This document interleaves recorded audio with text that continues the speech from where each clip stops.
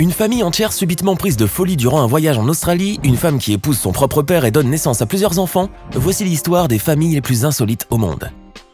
N'hésitez pas à liker la vidéo si elle vous plaît et si vous êtes nouveau sur la chaîne, n'oubliez pas de vous abonner et d'activer la notification pour ne rater aucune de nos prochaines vidéos. On commence.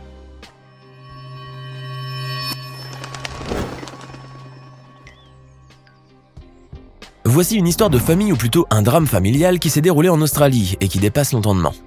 Dorothy Deves, une femme aimante et dévouée, est mariée depuis plusieurs années à John Deves. Celui-ci s'était déjà marié par le passé et sa première épouse, Joanne, avait donné naissance à plusieurs enfants que John Deves n'a presque plus jamais revus pendant plus de 30 ans. Sa seconde femme, Dorothy, était au courant de cette liaison antérieure et elle encourageait son mari à rencontrer ses enfants et à rester proche d'eux. Elle ne pouvait pas s'imaginer que ses conseils allaient ruiner son mariage, lui inspirer une honte affreuse et la jeter dans un malheur irréparable. Mue par les meilleures intentions, Dorothy presse donc son mari John Deves de rencontrer l'une de ses filles, Jenny, âgée alors de 31 ans. John Deves accepte et décide de remplir une partie de son rôle de père, tandis que Dorothy est toute heureuse de voir sa demande satisfaite. Mais elle ne reste pas longtemps heureuse et commence rapidement à douter d'avoir accompli une bonne action, en voyant que John et Jenny, parfaitement inconnus l'un de l'autre, développaient une relation douteuse. Plus tard, le monstrueux soupçon est confirmé. Et Dorothy, furieuse et impuissante, assistait à la destruction de son mariage et à l'amour incestueux qui prenait forme entre son mari et sa belle-fille. Avec l'aide de Joanne, la première épouse de John, Dorothy entreprit de faire appel à la loi pour condamner cet amour interdit. Et la justice a été de son côté, forçant le couple incestueux à se séparer et à ne plus se voir. Mais John et sa fille Jenny n'en ont eu cure. Ils ont continué à se voir et ils eurent même 2 enfants, et ni l'un ni l'autre ne se sont jamais excusés d'avoir détruit la vie de Dorothy.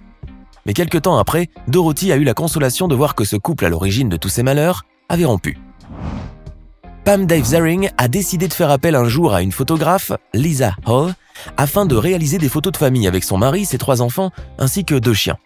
La photographe est fidèle au rendez-vous, empoche les $250 qui sont le prix du service, et la séance se déroule dans le rire et la joie, au milieu d'un parc, par une belle journée ensoleillée. Pam Dave était impatiente de récupérer ses photos, 5 en tout. La mère les reçut rapidement, et au moment de les voir, elle a été saisie d'un irrésistible fou rire.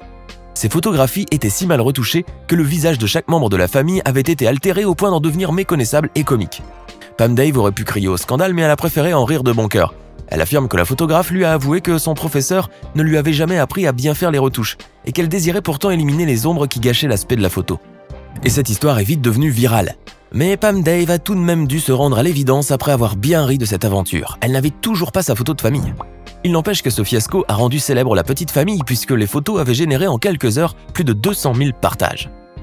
Au Brésil, le couple de Rosemary et de Joao est tout ce qu'il y a de plus ordinaire à première vue. Mariés, ils eurent un enfant qu'ils décidèrent d'appeler Ruth. Mais ce nouveau-né avait une singularité inquiétante qui laissa les médecins perplexes. Les parents de cet enfant, Rosemary et Joao, étaient tous 2 noirs de peau, tandis que leur progéniture avait la peau blanche, les cheveux blonds et les yeux bleus. La mère a été si étonnée de ce phénomène qu'elle a d'abord cru que quelqu'un s'était amusé à échanger son enfant contre celui d'une famille blanche. Pourtant, elle dut bien vite se rendre à l'évidence. C'était bien son enfant. Mais toutefois, elle était incapable de s'expliquer cette bizarrerie. De retour chez elle, le voisinage s'est livré à toutes sortes d'interprétations. Rosemary avait-elle eu un enfant d'un autre homme? L'enfant était-il malade? Rosemary, comme son mari, ignorait la solution de l'énigme. Et elle en était perturbée. Longtemps, elle dut supporter les remarques désagréables de ceux qui la prenaient pour la nourrice de son enfant et non la mère, à cause de la différence de couleur. Ce n'est qu'en donnant naissance à ce second enfant, lui aussi pâle, qu'elle obtint enfin des explications. Ces enfants étaient atteints d'une maladie génétique assez rare, l'albinisme. Les médecins lui expliquèrent qu'elle et son mari devaient eux-mêmes être porteurs du gène de l'albinisme et que par conséquent, il y avait une chance sur 4 que leur nouveau-né soit atteint de cette maladie. Bien des années plus tard, la famille s'est élargie et Rosemary a donné naissance à 3 enfants noirs. Si elle a pu mettre fin à toutes les interrogations qui lui compliquaient la vie, elle n'en est pas pour autant tranquille. Ces 2 enfants albinos sont extrêmement sensibles au soleil, et pour s'amuser 1 heure dehors en plein jour sans se brûler la peau, ils doivent prendre des précautions infinies. Mais Rosemary ne se décourage pas, et malgré ces différences et tous les préjugés qui affectent cette vie de famille, Rosemary et ses enfants sont pleinement heureux. Leah Benninghoff est une jeune femme qui adore la mode gothique, et comme tous les goths, elle aime s'habiller intégralement de noir. Sur un site de rencontre, elle a fait un jour la connaissance d'un dénommé Harold Raven, de 18 ans plus âgé qu'elle, mais qui partage ses goûts et ses idées sur la vie. Leur rencontre a tenu toutes ses promesses, ils s'attachent l'un à l'autre et se communiquent tous leurs secrets. C'est à cette occasion qu'Haro confie à Leah qu'il est un adepte du vampirisme et que leur couple serait éternellement soudé si chacun pouvait boire le sang de l'autre. Loin d'être effrayée ou choquée de cette proposition inhabituelle, Leah consentit à tenter cette expérience initiatique qui ferait d'elle un vrai vampire. Le rite fut exécuté avec succès et Leah garde un souvenir magique de ce moment intense et solennel. après quoi ils ne tardèrent pas à se marier un soir d'Halloween. Cependant, le sombre secret de leur vampirisme a été longtemps caché à leurs familles respectives, et pendant toutes les années de leur mariage, ils eurent une routine bizarre, celle de boire le sang de l'autre dans une coupe chaque semaine. Cette habitude peut-elle être vraie? Ou est-ce un moyen d'impressionner tout le monde et de devenir célèbre? On ne peut pas vraiment le savoir. Tout ce qu'on leur souhaite, c'est que leur futur enfant ne soit pas converti lui aussi au vampirisme. L'histoire que vous allez entendre maintenant s'est passée en Australie, et d'après la police locale, c'est l'histoire la plus étrange qui soit arrivée dans le pays depuis 30 ans. Elle concerne la famille Trump, composée du couple Mark et Jacoba, ainsi que leurs 3 enfants Mitchell, Rihanna et Ella. Cette famille sans antécédent particulier avait décidé un jour de l'année 2016 de faire un petit road trip, de quitter leur petite ville de l'État de Victoria pour aller au nord de l'Australie. Mais une série d'événements parfaitement incompréhensibles se produisit aux dépens de cette famille qui s'aperçut très vite que ce voyage ne serait pas une partie de repos. Avant de partir, ils s'étaient débarrassés de leur téléphone et de leur carte bleue afin d'être en pleine communion avec la nature. Ils arrivèrent tous à destination, la ville de Bathurst, à 852 km de leur maison. C'est à ce moment que des faits étranges et défiant la compréhension se sont déroulés. L'une des 3 filles, Mitchell, s'est séparée de sa famille pour prendre le train en direction de Sydney. Le reste de la famille poursuit le périple et arrive aux grottes de Jenolan, à 175 km à l'ouest de Sydney. À ce point du parcours, les 2 autres filles, Rihanna et Ella, se sont à leur tour séparées de leurs parents. L'une a acheté une voiture pour se rendre à la capitale et l'autre a été retrouvée en train de courir sur l'autoroute. Ce n'est pas fini. Le couple Mark et Jacoba s'est également séparé. Jacoba a été aperçu en train d'errer dans les rues d'une autre ville, tandis que Mark a été repéré en train de courir après des enfants qui jouaient à Pokémon Go. Qu'est-ce qui peut expliquer cette folie qui s'est emparée de chaque membre de la famille? Comme l'a dit le sergent de ville, c'était comme dans un film. Mais dans un film, tout prend sens à la fin, alors qu'apparemment rien ne pouvait expliquer le comportement bizarre de cette famille subitement atteinte de troubles mentaux. Mais finalement, un jour, la lumière fut faite sur cette excursion chaotique de la famille. Il semblerait en effet que la famille soit atteinte d'une forme de schizophrénie partagée. Dans cette famille inséparable, qui vivait à l'écart, chacun avait des troubles et renforçait les pires délires paranoïaques de l'autre. À 41 ans, Thomas Bouchard est un chercheur en psychologie qui s'intéresse particulièrement à l'étude du comportement des jumeaux. Ce dont il rêve, c'est de pouvoir dissocier clairement les influences de l'environnement, d'une part, et celles de la génétique, d'autre part, dans la croissance des jumeaux.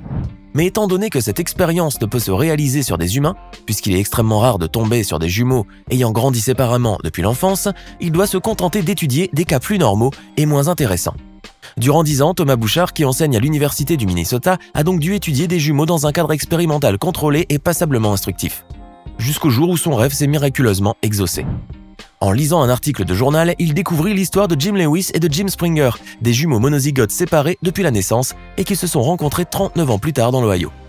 Devant cette chance inouïe, le docteur Bouchard n'a pas hésité un seul instant et moins de 2 semaines plus tard, les 2 frères étaient présents à son laboratoire.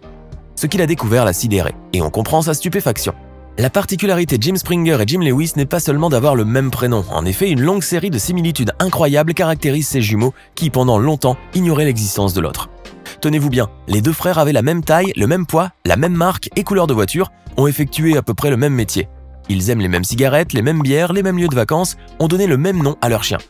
Et ce n'est pas tout, les 2 ont épousé une Linda avant de divorcer pour épouser une Betty. Bref, le professeur était estomaqué de cette liste de similitudes. Le docteur Bouchard a publié les résultats de cette étude dans un livre sur la psychologie différentielle et, à n'en pas douter, cette rencontre avec les 2 Jim a dû ébranler plusieurs de ses connaissances. Stephanie Seymour est un mannequin célèbre et de nationalité américaine, âgée maintenant de 52 ans. Mais son âge n'ôte rien à sa popularité et d'ailleurs elle est encore aujourd'hui une figure incontournable de l'univers de la mode. Elle s'est lancée dans le mannequinat à l'âge de 14 ans et depuis, tout lui a réussi. Elle a défilé pour toutes les maisons de haute couture et a collaboré avec les plus grands photographes. Stéphanie a si bien réalisé ses rêves de jeunesse qu'elle est devenue une vraie star et que le magazine FHM l'a classée en 2000 parmi les 100 personnalités féminines les plus sexy du monde. Mais depuis quelques années, elle ne fait pas seulement parler d'elle en bien. En effet, une série de photographies a suscité de vives polémiques car le caractère en était choquant et étrange. Lors d'un shooting pour Harper's Bazaar par exemple, elle portait une légère tenue avec des cuissardes à lacets en posant avec 2 adolescents âgés de 16 et 18 ans, qui n'étaient rien de moins que ses propres fils. Et quelques années plus tôt, des photos de paparazzi avaient montré Stéphanie et l'un de ses fils Peter à la plage échangeant des tendresses douteuses, comme ferait un couple. Ces images ont eu tellement de retentissement que Peter avait rapidement pris la parole pour démentir les rumeurs et les accusations, alléguant qu'il était gay. Et que, d'ailleurs, il n'y avait pas de crime à être très proche de sa mère et de lui témoigner tout l'amour qu'un fils doit lui porter. Stéphanie en tout cas ne s'embarrasse de toutes ces histoires qu'elle trouve sûrement ridicules, d'autant plus que sa carrière se poursuit sans dommage. Non, ce qui causera son malheur se produira bien des années plus tard, en 2021. Et ce fut malheureusement le décès de son fils cadet Harry Brunt d'une overdose de médicaments à l'âge de 24 ans. Mais Stéphanie s'en est relevée et elle ne compte certainement pas abdiquer son style excentrique et original. Voilà, c'est la fin de cette vidéo. Dites-nous en commentaire laquelle de ces familles vous semble la plus incroyable.